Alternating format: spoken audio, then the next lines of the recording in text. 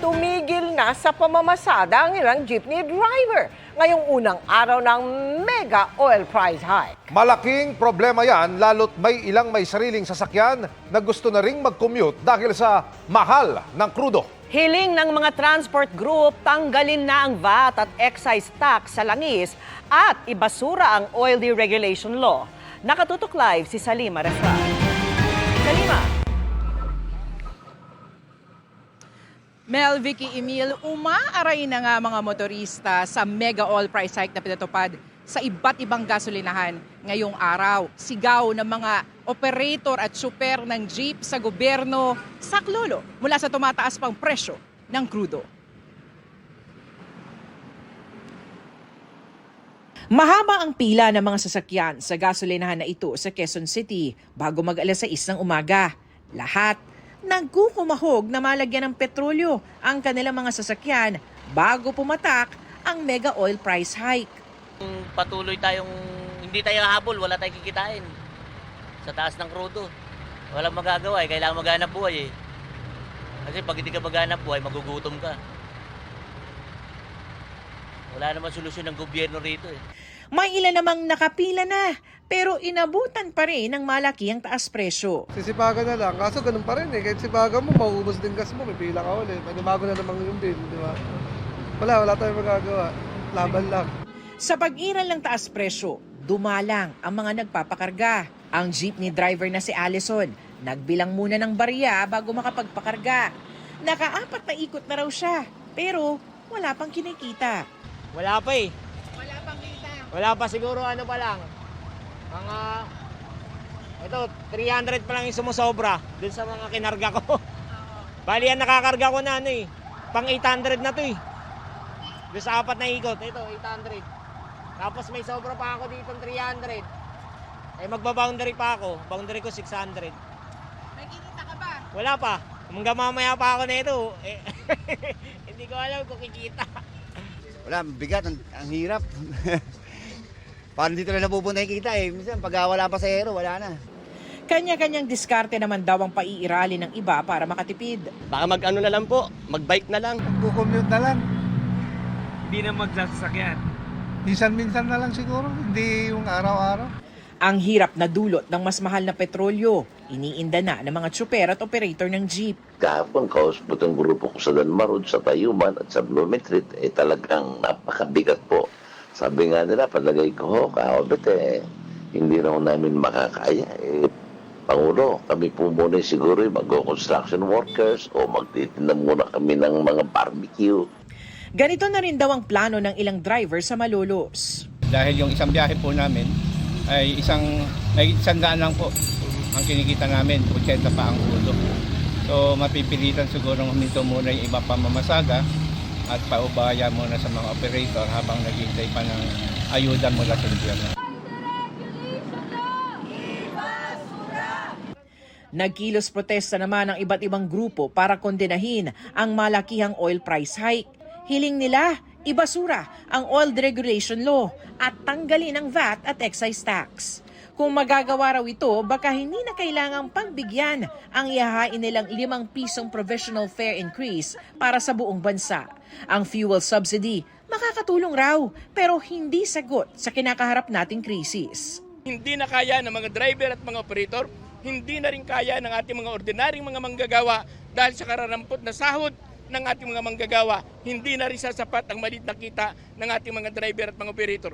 Sinasabi ng mismo ng LTFRB na magbibigay sila ng 5,000, ito ay kukonsumin lamang natin sa loob ng 3 araw na pamamasada.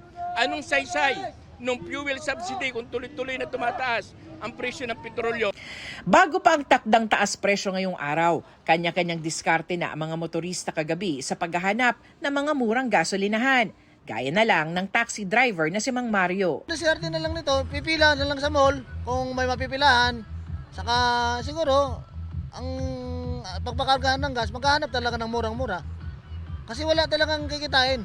May ilang dumayo pa sa mga murang gasolinahan para lang makapagpa-full tank. Kailangan mo talaga maghanap na yung mababa po ng gasolina para makatipid ka rin kahit papano. Sa Batangas, mahaba rin ang pila ng mga naghahabol na makamura. Sa North Cotabato at Zamboanga, kanya-kanya namang dala ng mga lalagyan ang mga naghabol na makapag-imbak ng diesel bago ang mega price hike.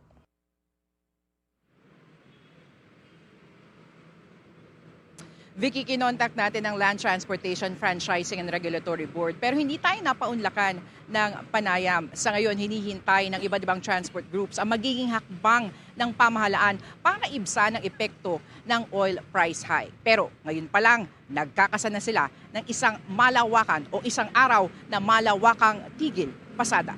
Yan mula latest mula nga dito sa Quezon City. Vicky. Maraming salamat sa iyo, Salima Refran. Lusot na sa komite sa Kamara ang panukalang bigyan ng kapangyarihan ng Pangulo na suspindihin ang excise tax sa krudo. Ganito yan eh. Kung wala kasi ang ipapataw na ganyan, tinatayang 6 na piso ang bawas presyo sa kada litro ng diesel. Nakatutok si Tina Panganiban Perez. Likewise approved. Sa inaprubahang substitute bill ng isang komite sa Kamara, pinapayagan ang Pangulo na suspindihin ang fuel excise tax ng hanggang 6 na buwan kung may isa sa 2 kondisyon. Kung isang buwan ang $80 per barrel ang Dubai crude oil o kung may declaration of emergency na certified ng Energy Secretary. Hanggang December 31, 2028 lang epektibo ang panukala kung sakali. Pwede itong i-extend ng Congress but not more than 1 year. Pwede ring bawiin ng Kongreso at any point in time, even within the 6 months, pag nakikita rin ng Kongreso na hindi na ito necessary. Kailangan din mag-report ng Pangulo sa Kongreso tungkol sa implementasyon nito, kabilang ang nawalang kita sa gobyerno at ang epekto nito sa ekonomiya. Kapag sinuspindi ang excise tax sa mga produktong petrolyo, 6 pesos agad ang inaasahang bawas presyo sa litro ng diesel. 10 pesos naman sa litro ng gasolina. Malaking bagay, lalo't ngayong linggo lang, mahigit 24 pesos ang dagdag sa presyo ng litro ng diesel. Sabi ng mga oil company, matagal pa bago maramdaman ang pag-alis o pagbawas sa excise tax dahil nabayaran na nila ang naturang buwis bago pa makarating sa Pilipinas ang mga produktong petrolyo. Kaya dapat nila maubos muna ang stock na yon. The moment it reached the shores of the Philippines, the taxes and duties has already been settled. When you pass it today, the inventory tomorrow still has the paid excise. Pero yung padating pa lang, bukas, yun yung wala. It will be around 15 days. So, 15 to 20 days. bago maging effective, Yes. patay na ang kabayo. Diyos ko. It is correct, sir, na hindi po mararamdaman agad because we still have the inventory na bayad na po yung excise tax. Para ramdam agad sa pump prices, inirekomenda ng chairperson ng komite na gawing tax credit o ibawas na lang sa mga susunod na buwis ang nabayaran ng excise tax. Wala ito sa mismong panukalang batas, pero pwedeng ilagay na lang sa implementing rules and regulation o gabay sa pagpapatupad ng batas. Upon the suspension declaration of the President, dapat the following day, effective siya immediately. Sakaling sertipikahang urgent ng Malacanang ang panukala, inaasahang maaaprubahan ito sa ikalawa, pati na sa ikatlot huling pagbasa bukas. Dahil nakatakdang mag-adjourn ang Kongreso sa March 21, sabi ni Senate President Tito Soto, posibleng magpatawag ng special session para aprubahan ang panukala. Para sa GMA Integrated News, Tina Panganiban Perez, nakatutok, 24 oras. Ang panukalang yan, pag-aaralan pa ng Pangulo bago niya i-certify as urgent ayon sa palasyo. Nasa Amerika pa rin ang Pangulo para sa kanyang working visit. At nakatutok doon live si Joseph Moro. Joseph! Vicky, kahit nga nandito sa New York sa Amerika, si Pangulong Bongbong Marcos ay nakamonitor ito sa epekto ng nangyayaring gera sa gitnang silangan dyan sa Pilipinas at dun sa hinihiling niya na emergency powers para maibsan kahit papano yung sumisirit na presyo ng mga produktong petrolyo na dagdag pabigat sa mga Pilipino ngayon. Gusto raw pag-aralan muna ni Marcos ang committee report ng Kongreso na magbibigay sa kanya ng emergency powers para bawasan o isuspindi muna ang pagpataw ng excise tax sa mga petroleum products upang bawasan ang bigat ng pasanin ng mga mamimili sa pagsipa ng presyo ng langis. Tinatalakay na mga panukalang batas para dito sa Kamara at Senado. Ang gusto raw ng Pangulo basahin ang mga isinamang probisyon bago is-certify na urgent ang panukalang batas. Pero hindi po agad makakapagbigay ang Pangulo ng Certificate of Urgency kung di naman po niya nakikita yung pinaka-report or yung bill. So, kailangan po niya mabasa yon kung ito'y naaayon din sa dapat na makuha na power ng Pangulo para po i-certify as urgent. Tiniyak din ng palasyo na nasa prioridad ang pagpapauwi sa mga Pinoy na naipit sa Middle East. Sabi ni Castro sa special cabinet meeting noong March 3 na pag-usapan na raw ito. May 400 na OFW na nga raw ang napauwi sa Pilipinas, may 2 mula sa Dubai naman. Ang dadating mamayang gabi via commercial flight. Bukas may dadating na 16 na Pinoy mula Egypt. May chartered flight daw ang Pilipinas na aalis sa Saudi Arabia sa March 14 at may isa pang nilalatag sa United Arab Emirates. Inalala po ng Pangulo ang maaaring danger kung agad-agad pong maililipad ang ating mga kababayan, kung patuloy po ang sa pagbobomba o yung mga attacks sa pagitan ng mga bansa na kinapalulooban po sa Middle East. Ang krisis sa gitnang silangan ng isa sa mga tema na magiging talumpati ng Pangulo sa United Nations bukas, oras dito sa New York. Kanina nagsalita ang Pangulo sa ika-70 session ng Commission on the Status of Women kung saan binigyan diin ng Pangulo ang pagbibigay ng pantay na karapatan sa mga kababaihan. Pangunahin dito ang pagbibigay ng edukasyon at pagkakataon. Women must be present wherever decisions are made. In government, in business, in science, in diplomacy, and in peace building. Because when women rise, societies rise with them. When women lead, nations move forward. Sa harap ng mga delegado dito sa United Nations, sinabi ni Pangulong Marcos na maraming pananaw tungkol sa mga kababaihan ang naglilimita o humahadlang para magkaroon sila ng mahalagang papel sa lipunan. Ang pahayag na yan ng Pangulo tumitingkad sa harap ng mga hindi magandang komento tungkol sa mga babae nitong mga nakarang araw sa Pilipinas. But beyond laws and institutions, we must also address the attitudes and assumptions that continue to limit women's roles in many parts of the world. True equality requires not only policy change, but cultural change.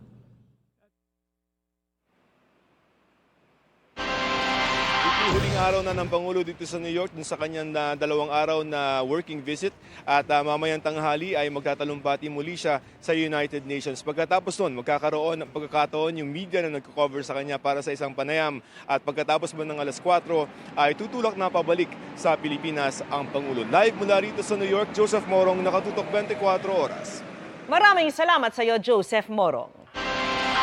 Naghahanap na ang Energy Department ng ibang bansang pwedeng bilhan ng langis sakaling mangyari ang worst-case scenario o pagtatagal pa ng gulo sa Middle East. Pero alam nyo bang nasa kalahati lamang ng binabayaran natin ang gasto sa pag-i-import? Ang iba na pupunta sa buwis o sa pambawi ng oil companies sa gastos at kita. Nakatutok si Maki Pulido. Malaking dagok sa bulsa ng mga consumer ang patuloy na pagsipa ng presyo ng gasolina. Pero ano nga ba ang binabayaran natin sa kada litro na binibili? Noong 2019, naglabas ang Department of Energy ng circular para sa unbundling ng presyo ng petroleum products sa merkado para makita kung para saan ang bawat pisong ibinabayad. Sa bawat litro ng gasolina, 45% o halos kalahati ng presyo ang halaga ng inangkat na fuel o import cost kung tawagin. 18% naman ang industry take o yung halaga ng pagbawi ng kumpanya sa ginastos nito, pati na ang kita nito. 8% naman ay para sa pagdagdag ng ethanol para mabawasan ang inaangkat na langis. Pero 29% o halos 1/3 ang napupunta sa mga buwis, gaya ng excise tax, value-added tax at iba pa. Sa diesel naman, 59% ang import cost, halaga ng inangkat na fuel. 12% ang industry take o yung napupunta sa mga oil companies. 7% ang para sa idinagdag na coconut methyl ester para mabawasan ang inaangkat na fuel. Pero 22% ang napupunta sa excise tax, value-added tax at iba pa. Kaya lumalabas na halos 1/4 ng ibinabayad na pambili ng diesel ay napupunta sa gobyerno. Pinag-uusapan na sa Kongreso ang pagsuspindi o pagtanggal ng excise tax. Pero si Senador Loren Legarda naghain ng panukala para bigyang kapangyarihan ng Pangulo na bawasan o suspindihin di lamang excise tax kundi pati ang value-added tax sa mga produktong petrolyo. Sabi niya hindi raw dapat hayaan na ang mga Pilipino ang magdadala ng pinakamabigat na pasanin. Pero si Senate Committee on Energy Vice Chairperson Sherwin Gatchalian may agam-agam kung tatanggalin ang mga buwis sa langis. Pwede bang tax break sa lahat ng klase ng buwis na ipinapataw daw sa langis? Mas mabigat yun dahil ang pinapatong naman natin sa langis ay excise tax, VAT, at mayroon din tayong pinapatong na customs duties. So kung tatanggalin lahat yan, ay mas malaki of course yung kabawasan. Hinihingan namin ng pahayag ang Malacanang kaugnay ng issue. Ayon naman sa Department of Energy, 57 days o hanggang Abril ang supply ng langis ng Pilipinas. Ang worst case scenario na pinaghahandaan ng DOE, maubusan tayo ng supply kung magtagal pa ang giyera sa Middle East. May ibang mga bansa naman daw na mabibilhan dahil wala namang shortage ng krudo. Mas mahal nga lang. We're just preparing it para at least open ang options natin, and they have already opened the doors to us para to buy from these countries na we don't usually buy. Para sa GMA Integrated News, Maki Pulido Nakatuto, 24 oras. Dagdag presyo sa Pinoy pandesal, ilang delata, instant noodle at kape ang ibinabala ng Trade Department bilang epekto ng mega oil price high. Kung magkano, alamin natin sa pagtutok ni Bernadette Reyes. Kasunod ng pag-ariba ngayong araw ng mega oil price hike, ihanda pang lalo ang inyong mga bulsa dahil ang Department of Trade and Industry nagbabala sa posible ring pagtaas ng presyo ng ilang bilihin. Apektado rin daw kasi ng mega oil price hike ang gasto sa distribution at logistics o yung pagbiyahe at pag-imbak ng mga produkto na aabot raw sa 10% ng production cost. Mahigit 3 piso ang posibleng maging taas sa tinapay na Pinoy Tasty at Pinoy Pandesal. Dagdag na mahigit piso naman ang posibleng epekto nito sa canned sardines at ibang canned meat at processed milk. Halos 30 centavos sa instant noodles, 11 centavos sa kape at 16 centavos sa bottled water. Minomonitor pa po natin yung average prices ng fuel kaya hindi po tayo makapag-peg ng eksaktong figures. So we're giving a range na about 2 to 8% impact, maybe a month or two from now kasi healthy pa po yung ating inventories.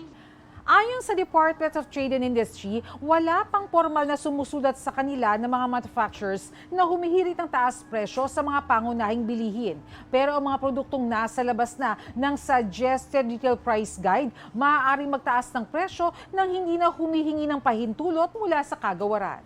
Tulad po ng delata natin, may shelf life po yan, may inventory po yan, nakatago, nasa bodega po yan. So old stock pa po yan ng mga, for example, sardinas natin na hindi pa directly impacted dun sa increase ng fuel natin. Maaari po kung talagang nasa negosyante po natin yung naapektuhan po silang ng logistics nila, maaari po magtaas ng reasonable prices yung outside of BNPC. Maybe 2 to 3% hanggang 5% po siguro, natural po naman talagang mag-react ang ating mga negosyante. Sabi naman ng Philippine Amalgamated Supermarket Association Incorporated, samahan ng mga supermarket owners and operators sa bansa. I guess they're all trying to figure out the degree of uncertainty and if it's worth taking the risk right now to increase or adjust prices this early. The last thing we need to do is to panic buy, because that will immediately increase prices because there'll be a lack of supply. Kahit ang mga magsasaka at mangingisda, umaaray na sa epekto ng taas presyo. Sa Alabel, Sarangani, ngayon pa lang, sinabi na ng mga mangingisda na posible rin silang magtaas ng presyo dahil sa gasto sa diesel. Itong mahal na kayo ng isda, pati yung nihita. Nihit pa ng isda? Nihit kayo niya, para ni makuha, igura gasolina ni. Sa Pangasinan, nagsasabi na rin ng ilang magsasaka na baka hindi sila makapagtanim bunsod ng mahal na presyo ng mga produktong petrolyo na kailangan sa pagpapatakbo ng makina at patubig. After ng season na ito, hindi na kami magtatanim. Para kaming pulubi na nagmamakaawa dyan sa mga gasoline station na bibili. Siyempre, kawawa rin kami. Nakahanda naman na ang pondo ng Department of Agriculture para sa fuel subsidy. 75 million pesos ang ilalaan sa mga mangingisda, habang 75 million pesos rin sa mga magsasaka. Para sa GMA Integrated News, Bernadette Reyes, nakatutok 24 oras. Naglalaro na sa 70 piso o higit pa ang presyo kada litro ng diesel sa ilang lugar sa bansa. Sa Baguio City, kung saan halos 90 pesos ang diesel, dati nang mas mahal ang langis kumpara sa mabababang lugar. At mula roon, nakatutok live si Ian. Ian. Vicky, kung namahala na nga ang marami sa mega oil price hike gaya dyan sa Metro Manila, ito sa Baguio City, bago pa yan ay mas mataas na talaga na hanggang 10 piso ang mga presyo ng produktong petrolyo. Biyaya sa Baguio City, ang lokasyon nitong kulang 5,000 feet above sea level na dahilan ng maginaw nitong klima at magagandang tanawin. Pero ang layo ring ito na dapat lakbayin ng mga produkto ang dahilan kung bakit mas mahal ng hanggang 10 piso ang litro ng langis dito kumpara sa mabababang lugar. Ang diesel halimbawa, halos 90 pesos na ang presyo kada litro rito sa Baguio kumpara sa hanggang 77 pesos lang sa Metro Manila. Ang sinasabi nila sa akin because of the logistics cost. Ang sinasabi nila, Mayor, hindi namin kasalanan. Sa kanyan sa mga major players. Kabilang sa pinakamalapit nilang source, ang oil depot ng Poro Point sa La Union na nasa Kapatagan at halos 60 kilometro ang layo sa Baguio. Sa delivery po kasi, medyo mas malayo po dito, tapos paangat po kasi yung delivery kaya medyo mas mahal po. Unlike po sa baba po na mas malapit po yung talagang pinagkukunan po namin ng fuel. Kanina ay inikot ng mga otoridad sa lungsod ang 18 gasolinahan doon para tiyaking nasusunod ang guidelines ng Energy Department. Different gas stations have their own price increases per day po kasi. At sinisigurado lang po natin na walang gasoline station that goes beyond that. Pero ang isang gas station malapit sa Baguio General Hospital, sarado kaninang umaga dahil kahapon pa ng umaga naubusan ng diesel at kagabi naubos ang gasolina, imbes na sa Miyerkules gaya ng tansya nila. Parang nagkaroon ng onting panic buying yung mga customers natin na dumating ng Friday, Saturday, Sunday. Ganito rin sa iba pang gasolinahan ayon sa ilan kong nakausap. Wala na po rin po sa kabilang kaya pumunta po ako dito pero wala pa rin po. Out of stock daw po. Galing ako sa Maykwan, wala rin dun. Tapos dito wala rin. Tulad ng Baguio, mas mahal din ang presyuhan sa iba pang malalayong isla at lugar sa bansa. Sa Batanes halimbawa, nasa 95 pesos na ang kada litro ng diesel. Ang pinakamalapit na oil depot sa kanila nasa Ilocos Region pa. Sa isla ng Catanduanes, nasa 88 pesos kada litro na ang diesel. Habang sa Masbate Island, hanggang 92 pesos ito kada litro.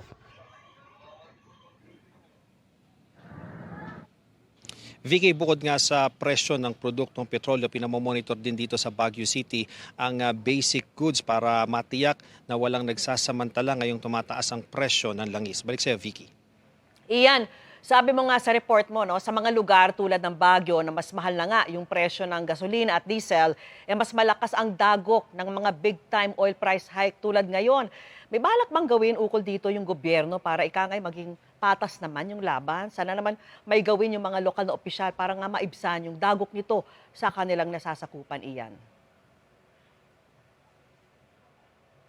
Vicky, talagang yung logistics, yung pagbabiyahe mula dun sa Kapatagan, papanik dito sa Baguio at yung pagluluwas doon naman sa mga isla gaya sa mga sa Batanes at sa Masbate, yun talaga ang nagpapataas ng presyo. Pero napakahabang proseso, syempre kung gagawa sila ng mas malapit na dipo. Ang sinasabi ni Mayor Magalong, ang dapat daw ay kausapin ang DOE at yung mga major players para magkaroon talaga ng official document na mag-stipulate kung ano ba talaga yung nararapat na presyo. Dahil sabi ni Mayor Magalong, 2 beses na nga raw nilang naibaba yung presyo presyo pero pag walang nagbabantay at hindi na follow up ay talagang unti-unting bumabalik doon sa presyong yon. Kaya dapat daw ngayon ay magkaroon na talaga ng official document ukol dito. Piki.